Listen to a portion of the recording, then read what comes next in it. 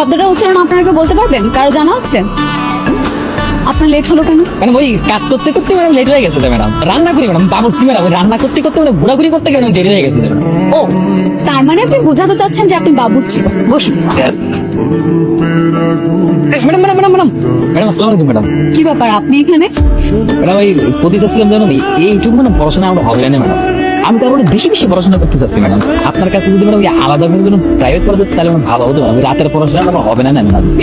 আচ্ছা ঠিক আছে, আমি যখন সময় পাই আপনাকে জানাবো। রাতে ক্লাসে দেখা হবে। আচ্ছা ম্যাডাম, কালি পরে দেখা হবে না ম্যাডাম?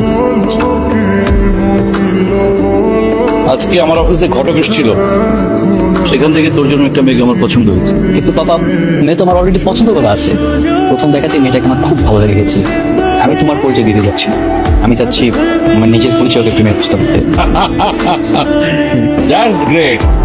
এবং আমার চ্যালেঞ্জ, আমার পছন্দ করা মেয়েকেই তোর পছন্দ। লেটস সি বাবা। আমার আরে শালা, ইরা আমার খান গাড়ি থেকে বের হয়ে আসলি, তুই কি পড়েছিস তুই? সালমান খানের মতো সাদা গেঞ্জি পড়েছিস ভিতরে। এই কাহিনী কত?